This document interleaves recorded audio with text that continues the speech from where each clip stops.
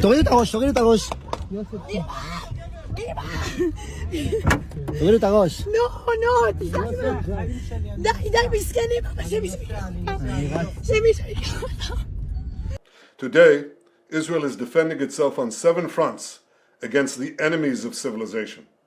We're fighting in Gaza against Hamas, those savages who murdered, raped, beheaded, and burned our people on October 7th.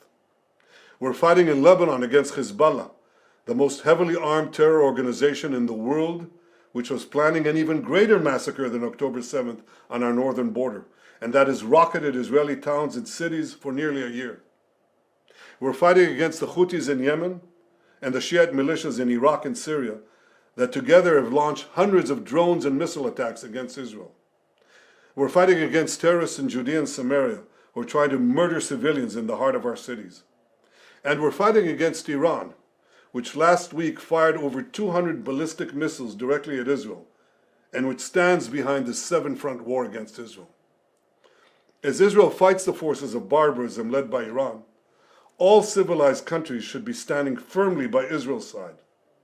Yet President Macron and some other Western leaders are now calling for an arms embargo against Israel. Shame on them. Is Iran imposing an arms embargo on Hezbollah, on the Houthis, on Hamas, and on its other proxies? Of course not. The axis of terror stands together. But countries who supposedly oppose this terror axis call for an arms embargo on Israel. What a disgrace. Well, let me tell you this. Israel will win with or without their support. But their shame will continue long after the war is won.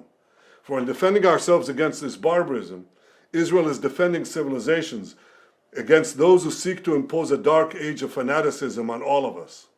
Rest assured, Israel will fight until the battle is won, for our sake and for the sake of the peace and security of the entire world. 1 year ago, Yahya Sinwar, the terrorist chief of Hamas, launched the October 7th massacre against Israel. It was the bloodiest attack on the Jewish people since the Holocaust. It was the worst attack on the Jewish state since the founding of Israel. Sinwar's terrorists murdered in cold blood 1,200 people. That's elderly people, Holocaust survivors, children. They brutally raped women. They beheaded men. They burnt babies alive. And they took some 250 men, 251 women, men, and children hostage to the dungeons of Gaza.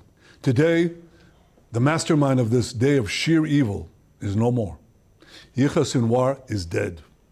He was killed in Rafah by the brave soldiers of the Israel Defense Forces.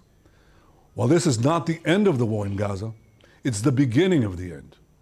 To the people of Gaza, I have a simple message. This war can end tomorrow.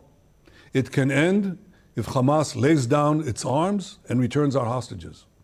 Hamas is holding 101 hostages in Gaza, who are citizens of 23 countries, citizens of Israel, but citizens of many other countries. Israel is committed to doing everything in our power to bring all of them home. And Israel will guarantee the safety of all those who return our hostages. But to those who would harm our hostages, I have another message. Israel will hunt you down and bring you to justice. I also have a message of hope to the peoples of the region. The axis of terror that was built by Iran is collapsing before our eyes. Nasrallah is gone. His deputy Muhsin is gone. Haniyeh is gone. Def is gone. Sinwar is gone. The reign of terror that the Iranian regime has imposed on its own people and on the peoples of Iraq, Syria, Lebanon, and Yemen, this too will come to an end. All those who seek a future of prosperity and peace in the Middle East should unite to build a better future. Together, we can push back the forces of darkness and create a future of light and hope for all of us.